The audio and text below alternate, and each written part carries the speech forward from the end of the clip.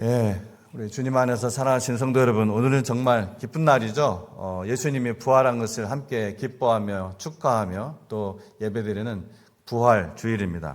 우리는 매년 이날을 기념을 하지만 부활은 단순히 기념하는 사건이 아니라 우리의 믿음을 다시 한번 세우는, 우리의 믿음을 다시 한번 세우는 사건입니다. 오늘 읽은 로마서 1장 3절과 4절은 예수 그리스도께서 죽은 자들 가운데서 다시 부활하심으로 말미암아 능력으로, 무엇으로요? 능력으로, 권능으로 하나님의 아들로 선포되셨다고 말씀을 합니다. 이 말은 예수님이 누구신지를 증명하는 동시에, 예수님이 누구세요? 하나님의 아들, 성자 하나님이심. 그것을 증명하는 동시에 그분을 믿는 우리가 어떤 존재가 되었는지를 결정하는 말씀입니다. 성경에 예언된 대로 사람으로 오신 이 예수님께서 죽으시고 또 부활하신 것은 예수님을 영접한 우리에게 어떤 특권들을 주신 것일까요? 제가 막 특권들을 쭉 기록해 보니까 10개가 넘게 막 그냥 그 자리에서 막 써져. 그런데 이거 다 하려면은 한참 걸릴 것 같아서 줄여가지고 5가지 좀 많죠. 그죠? 근데 여러분 아시죠? 제가 시간은 정확하게 지키는 사람입니다. 12시 안에 마칩니다. 특히 연세 드신 분들이 화장실을 자주 왔다 갔다 하셔야 돼서 그게 더 제가 신경이 쓰여요. 자, 첫 번째, 하나님의 자녀가 되는 권세를 받았다. 하나님의 자녀가 되는 권세를 받았다. 여러분, 권세하면 얼마나 무게가 있는 말인지 아시잖아요. 로마서 1장 4절은 예수님이 부활로 능력으로 하나님의 아들로 선포되셨다. 이렇게 말합니다. 이 말씀은 단순히 예수님의 신분을 밝히는 것이 아니라 그분을 믿는 우리가 어떤 존재가 되었는가를 결정하는 그러한 말씀입니다. 왜냐하면 성경은 분명하게 말하죠. 예수 그리스도를 영접한 자들에게, 예수 그리스도를 믿는 자들에게는 하나님의 자녀가 되는 권세를 주셨다 얘기했습니다. 사실 그 권세가 영어 성경에는 대부분의 영어 성경에는 privilege라고 써 있어요. privilege. 특권이잖아요. 아주 특별한 권세예요. 우리가 하나님의 자녀인 이유는 우리의 공로가 아니라 바로 예수님이 부활하셨기 때문입니다. 이건 굉장히 중요합니다. 우리는 자꾸 우리의 신앙을, 내가 하나님의 자녀가 된 그 근거를 지금의 내 상태에, 우리 신앙의 초기에 그런 경우가 많잖아요. 지금의 내 상태하고 자꾸 비교해서 생각을 하거든요. 예를 들어서 오늘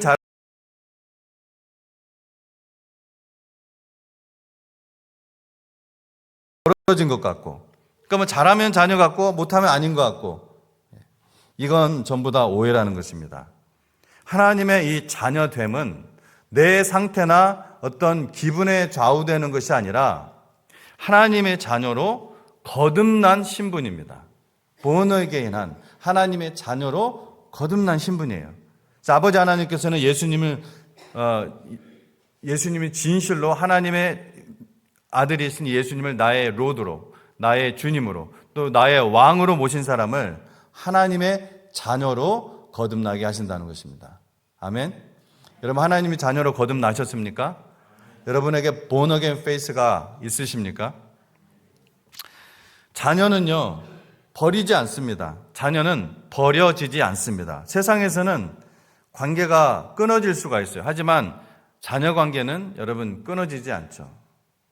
아무리 버린다고 해도 끊어지지 않습니다. 그래서 예수님이 이 비유를 우리에게 말씀을 하셨어요.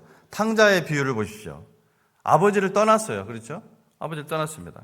재산을 다 탕진하고 몸과 마음이 완전히 그냥 망가졌고 완전 망해버렸습니다. 한마디로. 그런데 그 아들이 회개하고 돌아왔을 때 저 멀리서부터 매일같이 나와있던 그 아버지가 달려와 입을 맞추며 한마디도 그거 옛날 일에 대해서 따지지 않죠. 회개한 이미 회개하고 돌아온 그 아들에게 또 종으로 살게 하지 않습니다. 아들로서, 하나님의 아들로, 그 아들로서 살게 하는 것이죠. 내 아들로 받아들인 것입니다. 이것이 바로 부활의 복음인 것입니다. 또 자녀는 담대하게 나아가게 합니다. 자녀는 눈치 보지 않습니다. 아버지 앞에 나갈 때 계산하지 않습니다. 그래서 히브리서는 말을 합니다. 담대히 은혜의 보좌 앞에 나아가라. 담대히 은혜의 보좌 앞에. 그 보좌 앞이라는 것은 하나님이죠. 담대히 하나님께 나아가라. 왜 담대합니까? 내가 괜찮아서가 아니라 내가 이미 성령으로 거듭난 자녀이기 때문에 그렇다는 것입니다. 기도할 때 여러분 생각이 참 많아지고 또 머뭇거리기만 합니다. 또 혹은 현실만 볼 줄 압니다. 그것은 믿음이 없는 사람 혹은 세상 사람들입니다. 현실을 통치하고 섭리하시는 하나님께 하나님의 위대한 것을 구할 수 있는 이유는 우리가 하나님의 보좌 앞에 담대히 나아갈 수 있는 하나님의 자녀이기 때문에 그렇습니다. 로마서 8장 15절은 말씀합니다. 너희는 다시 무서워하는 종의 영을 받지 아니하고 양자의 영을 받았으므로 아바, 아빠, 아버지라 부르느니라. 누구를? 하나님을. 아빠, 아버지라 부르느니라. 아빠는 히브리어로 뭐래요? 아바입니다. 아빠는 히브리어로 아바예요. 굉장히 발음이 전 세계적으로 이 아빠는 발음이 비슷하다고 하죠. 예수님께서도 십자가 지시기 전날 밤 기도하실 때 아빠, 아버지, 성경 전체를 보면은 아빠, 아버지라고 예수님이 직접 하신 말씀은 거기밖에 없어요. 그 마지막 십자가 달리시 바로 직전 전날 밤에 아빠, 아버지 이렇게 부르셨습니다. 우리가 죄를 회개하고 예수님 영접한 하나님의 자녀라면은, 정말 하나님의 자녀라면은 예수님처럼 우리도 하나님을 어떻게 부를 수 있다고요? 아빠, 아버지. 왜? 우리가 무서워하는 종의 영을 받은 것이 아니라 양자의 영을 받았으므로, 성령을 받았으므로 아빠, 아버지라 하나님을 그렇게 친밀하게 아빠, 아버지라 부를 수 있다는 것이에요. 이게 엄청난 특권 아닙니까? 우리가 하나님의 자녀라는 것이.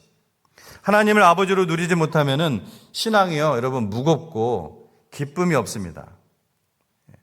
부활은 예수님이 하나님의 아들이심을 증명한 사건이고 동시에 내가 하나님의 자녀가 되었음을 확증한 그러한 사건입니다. 아멘. 두 번째, 어떤 특권을 우리가 받았느냐? 예수님의 부활로 말미암아 천국에서의 영원한 삶을 보장받았다는 거예요. 천국에서의 영원한 삶. 여러분, 내가 당장 여기서 죽으면 하나님 나라 천국 갈 수 있다는 믿음을 가진 사람 손을 들으라가면 조금 그러려나요? 근데 예수님 앞에 가서는, 하나님 앞에 가서는 뭐 손들 기회도 필요 없습니다. 하나님이 아시기 때문에. 지금 그런 믿음이 분명히 점검되고 확증이 있어야 돼요. 로마서 1장 4절에서 예수님의 부활은 단순한 기적이 아닙니다. 뭐냐면요, 그것은 죽음이 끝이 아니라는 거예요. 죽음이 그냥 사라져버리는 끝이 아니라는 공식적인 하나님의 선언이에요. 하나님 아들 예수님이 사망 권세를 깨뜨리시고 부활하셨다는 것은 한 사람이 살아났다는 그런 사건이 아니라, 그 정도가 아니라 죽음이 더 이상 이제는 끝이 아니다, 마지막이 아니다라는 분명한 확증이고 선언이라는 거예요. 그리고 이 부활의 주님을 믿는 우리는 이미 그 생명에, 그 영생에 연결된 사람들입니다. 아멘. 우리는 영생을 얻을 사람이에요? 이미 가진 사람이에요? 이미 가진 사람입니다. 이미 가진. 이 차이는 엄청납니다. 여러분, 신앙이, 믿음 생활을 하다가 신앙이 미지근해지는 이유 중에서 가장 핵심적인, 모든 것의 근원적인 이유는 자신의 하나님의 자녀로서의 미래에 대한 확신이 없기 때문이에요. 많은 성도님들이 왜 뜨뜻미지근해집니까? 겉으로는 여러 이유가 있지만 본질은 하나라는 거예요. 뜨뜻미지근해지거나 죄된 삶을 회개하지 않고 여전히 그 삶을 살아가거나 여전히 못된 짓을 하거나 여전히 옛날에 세상에서 살았던 그런 악습들을 깨지 못하는 이유는 영혼에 대한 확신이 없기 때문이에요. 그게 본질이에요. 뭐 이유 다양해도 본질은 그거예요. 그래서 뭐 이렇게 말하는 거예요. 일단 이 땅에서 잘 살아야지. 믿음도 중요하지만 현실이 더 중요하지. 그냥 나중에 천국 가면 되지. 이건 믿음처럼 보이지만 실제로는 이 땅이 전부라고 생각하는 삶의 방식이에요. 천국이 확실하지 않으면 이 땅을 붙잡을 수밖에 없습니다. 부활이 주는 확신은 뭐냐? 미래가 이미 결정되었다는 거. 여러분이 얘기했잖아요. 이미 여러분은 하나님의 자녀가 되었고 이미 영생을 얻었고. 부활은 뭐라고 우리가 말합니까? 예수님은 죽음을 통과하셨고 그 부활로 인해 구원받은 자의 미래는 결정되었다. 그래서 성경은 영생을 얻을 것이다 라고 하지 않고 영생을 가졌다 라고 과거형으로 완료형으로 말하고 있는 것입니다. 이것이 신앙의 본질이에요. 나는 어디로 가는지, 여러분이 정말 예수님을 영접한 사람이면 이미 어디로 가는지 정해진 사람이에요. 이 확신이 들어오면은 여러분 눈이 뒤집히고, 즉 월드뷰가 바뀌고 삶이 바뀝니다. 순간순간 내가 그를 망각하고 어떻게 살 수는 있어요. 순간이에요, 그것도. 근데 그렇게 하루 이틀 이렇게 살 수 없어요. 하루도 그렇게 못 살아요. 정말 그렇게 월드뷰가 바뀌었다면, 정말 그렇게 미래가 정해진 사람이라면. 손해를 봐도 무너지지 않습니다, 결코. 여기서 망해도 결코 망한 것이 아니에요. 그래서 포기할 수가 있습니다. 내려놓을 수가 있습니다. 그냥 내가 포기해야지, 내려놔야지, 내 탓이요, 내 탓이요. 자기 뭐 인격 자랑합니까? 아니에요. 그거 아닙니다. 영원한 미래가 분명히 주어져 있기 때문에 그걸 내려놓을 수가 있는 거예요. 이 인생이 전부가 아니기 때문입니다. 예수님을 나에게 생명을 주신 창조주요, 나를 구원하신 구세주요, 나의 삶의 왕이신 주님으로 모신 자라면 천국은 이미 보장되었다는 것입니다. 그리스도인은 천국과 지옥을 가르는 심판대에 설까요, 안 설까요?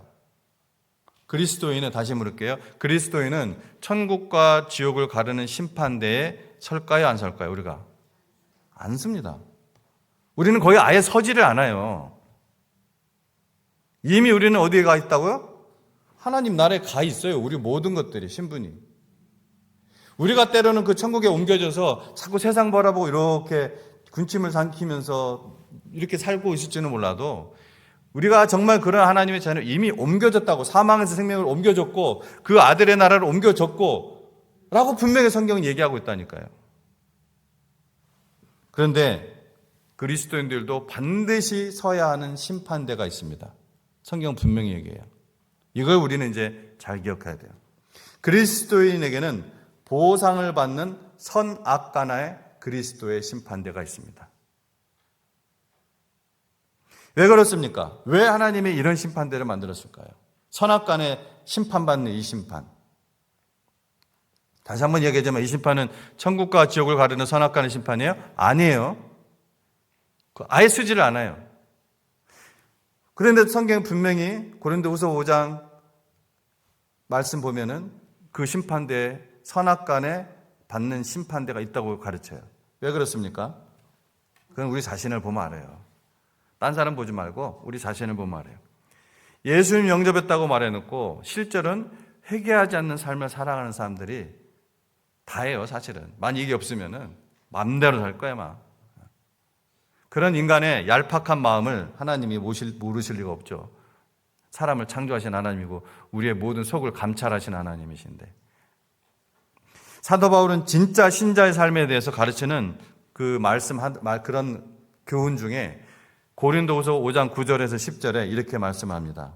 그런즉 우리는 몸으로 있든지 떠나든지 주를 기쁘시게 하는 자가 되기를 힘쓰노라. 이는 우리가 다 반드시, 우리가 여기서 우리가 누굴까요? 사도 바울이 우리라고 했을 때 신자예요, 불신자예요? 신자죠. 자, 이는 우리가 다 반드시 그리스도의 심판대 앞에 나타나게 되어 각각 individually 선악간에 그 몸으로 행한 것을 따라 받으려 함이라. 분명히 말씀하고 있습니다.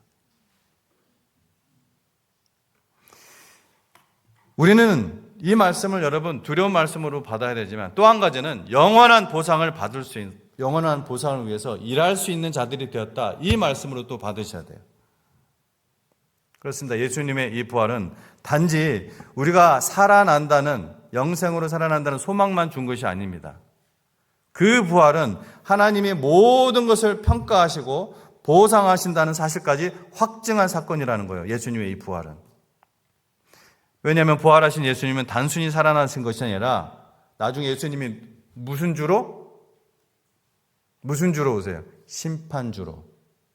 아버지 하나님께서 예수님을 심판주로 세우시겠다고 했어요. 이 다시 살아나는 주님은 심판자와 주로 서 계시기 때문입니다. 부활은 끝나지 않았다는 선언일 뿐 아니라 반드시 결산된다. 반드시 결산된다는 선언입니다. 성경은 분명히 말합니다. 하나님은 까먹는 분이 아닙니다. 우리처럼. 오해하시는 분도 아닙니다. 어디서 아무도 몰래 한 일을 모르는 분도 아닙니다. 절대 잊지 않으시는 분이십니다. 사람은 잊어도 하나님은 기억하십니다. 하나님 앞에서는 헛된 수고가 단 하나도 없습니다. 아무도 모르는 가서 눈물로 하나님 앞에 하나님의 나라와 하나님의 영광을 위해서 자기의 신세 한탄하면서 눈물로 흘리는 기도 말고, 그런 거 말고 하나님의 나라를 위해서, 하나님의 교회를 위해서, 잃어버린 영혼을 위해서 눈물로 드린 기도, 아무도 모르는 섬김, 포기하지 않고 견딘 그 믿음, 이 모든 것은 하나님 앞에서 영원한 가치로 남는다는 것입니다. 여행 온 사람과 여기 평생 살 사람은 완전히 다르게 행동하죠. 호텔에 잠깐 머무는 사람은 벽지 색깔 때문에 자기 와이프하고 싸우지 않습니다. 가구 배치 때문에 인생을 걸지 않습니다. 호텔에 와서. 왜냐하면 호텔에서 계속 살 거 아니죠. 곧 떠날 것을 알기 때문입니다. 그런데 여기가 전부라고 생각하면 모든 것이 집착하게 됩니다. 여러분이 이 땅을 여행지로 지나가는 그 저니맨으로서 살고 계십니까? 아니면 영원한 집처럼 살고 계십니까? 저희 집은 처음에 제가 여기 교회 청빙을 왔을 때도 말씀을 드렸지만 이 교회를, 저희 교회를 위해서 저는 은퇴를 하면은 반드시 이 지역을 떠난다고 말씀을 드렸습니다. 근데 집을 산 지가 지금 몇 년 됐는지 모르겠지만은 제가 4년 아파트 살다가 그 뒤에 이제 집을 샀습니다.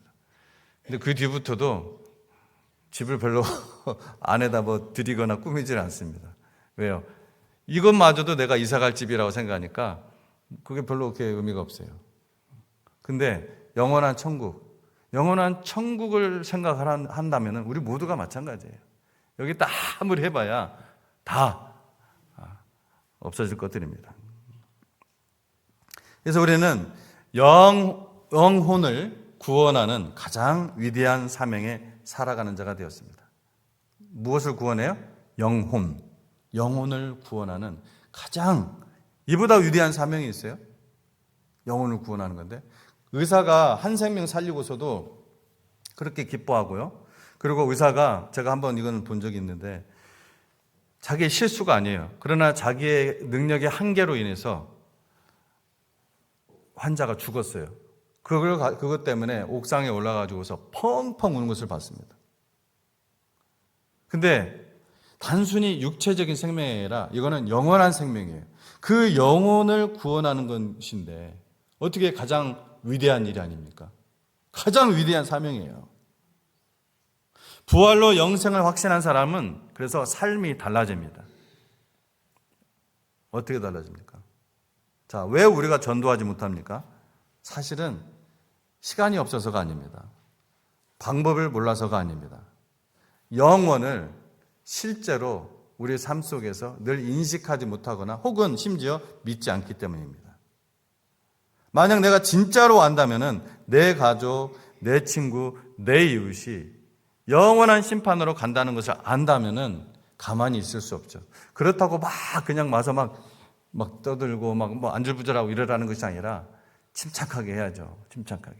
스며들게 해야죠. 그러나 몰두를 해야죠. 그 영혼을 건지기 위해서. 여러분, 천국과 지옥도 영원한 곳이죠. 우리의 영혼은 사라지는 것이 아니기 때문에. 그것이 영원한 실제라면은 전도는 선택이 아니라 이건 본능에 가까워요. 그리스도인에게는 본능에 가깝다는 것입니다. 사명이지만. 그렇습니다. 부활에 대한 믿음이 없으면 그 사람은 구원의 믿음이 결코 아닙니다. 제가 실제로 그런 분을 봤어요. 부활을 믿지 않아요. 근데 교회 다니고 성가대도 하고 그게 어떻게 구원받은 사람이에요? 내가 대놓고 얘기했습니다. 그건 구원의 믿음이 아닙니다. 잘못된 복음 믿으셨군요. 예수를 믿는다고 하면서도 부활을 믿지 않으면 그 사람은 참으로 불쌍한 사람입니다. 성경을 찾아보겠습니다. 고린도전서 5장 13절에서 20절입니다. 여러분 한번 성경 열어보세요. 성경을 좀 빨리 찾으신 분들은. 고린도전서 5장 13절에서 20절. 너무나 중요한 말씀입니다. 부활절 때 읽어야 될 말씀. 고린도전서 5장 13절에서 20절.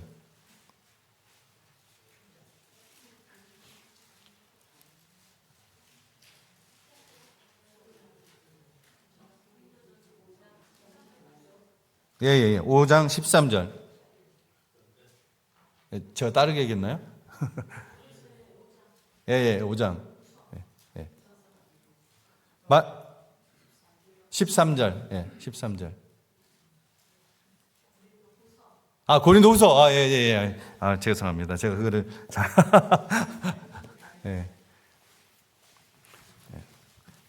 그래서 자꾸 저한테 물어보셨구나. 제가 성경을 펴볼게요. 제가 타이핑을 하다가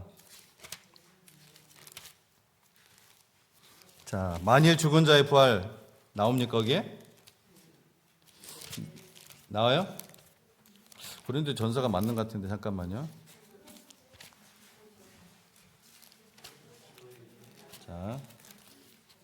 자, 이럴 때 한번 성경을 한번 찾아보는 기회가 되죠. 예. 고린도전서 15장입니다. 15장. 예, 15장. 예. 제가 성경을 펴니까 감각이 따라오네요. 고린도전서 15장. 고린도전서 15장 13절부터. 감사합니다. 이렇게 반응을 해 주셔서. 자, 제가 읽겠습니다. 여러분 눈으로 따라와 주시고 말씀을 잘 기억해요. 만일 죽은 자에 무엇이 없으면? 부활이 없으면 그리스도도 다시 살아나지 못하셨으리라.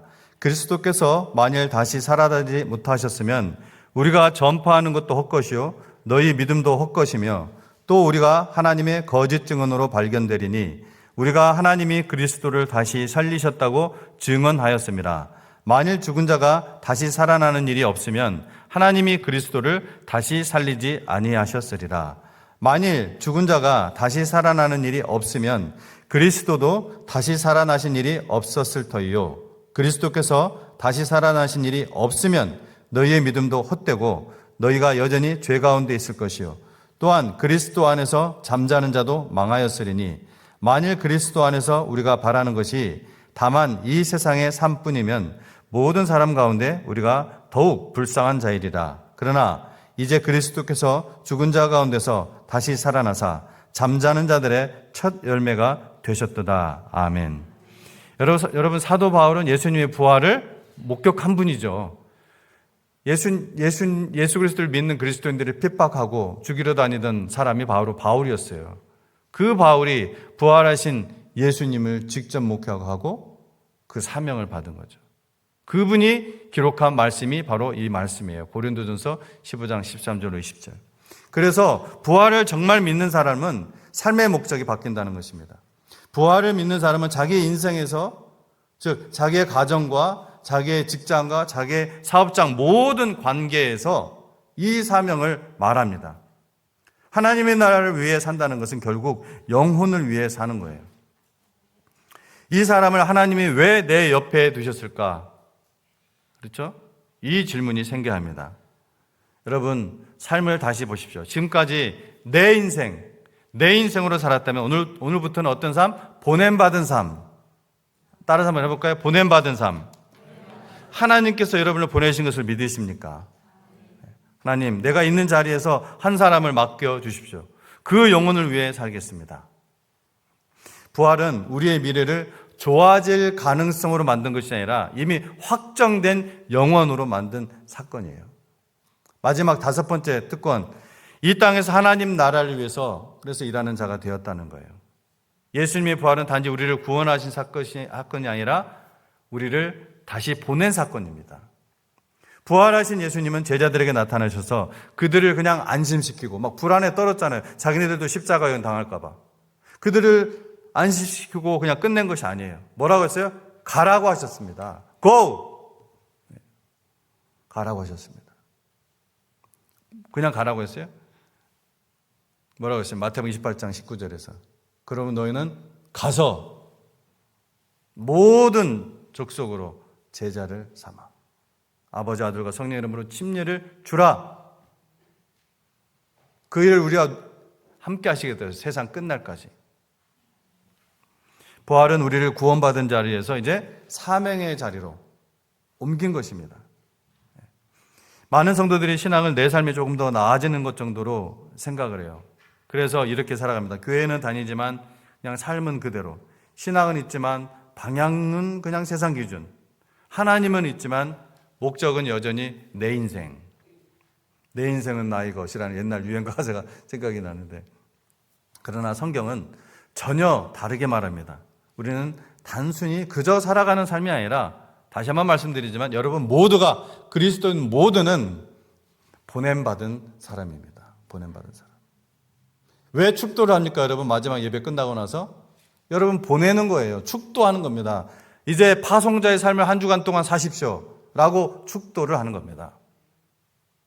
여러분 지금 그냥 살고 있는 것이 아니라 하나님이 보내셔서 살고 있다는 것 잊지 마시기 바랍니다. 하나님 나라의 관점으로 다시 해석해야 돼요.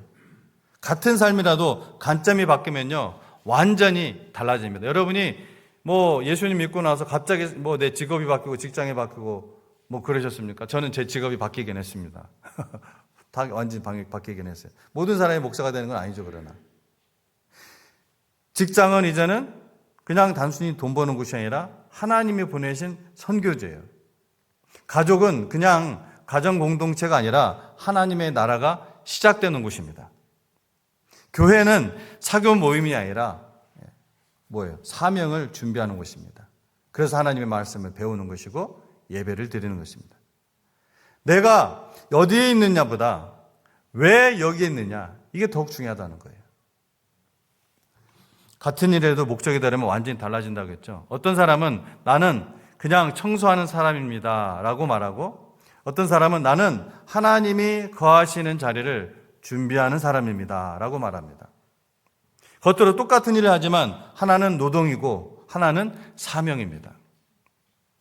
지금 내가 하고 있는 일이 단순한 일이냐 사명이냐는 그 일의 종류가 아니라, 어떤 직업을 가졌는지가 아니라, 어떤 사업장의 문제가 아니라, 내가 잘 살고 못 살고가 아니라 그 구원받은 자의 관점에 달려있다는 것입니다. 여러분 부활을 믿는 사람은 그저 믿는 것으로 끝나지 않습니다. 놀라운 특권을 받은 사람이에요. 부활은 나의 신분을 바꾸고 나의 미래를 확정받고 나의 삶의 목적이 바뀌어지고 나의 아픈 상처를 내려놓게 하고 나의 입을 열게 합니다. 결국 나의 존재를 바꾼 사건이에요. 이 부활 사건이. 여러분은 그렇게 바뀐 존재가 되었습니까? 예수님의 부활을 믿는 여러분, 그래서 구원받고 하나님의 자녀가 된 여러분, 이제 이 부활을 사는 삶이 되시기를 주의 이름으로 축원합니다. 기도하겠습니다.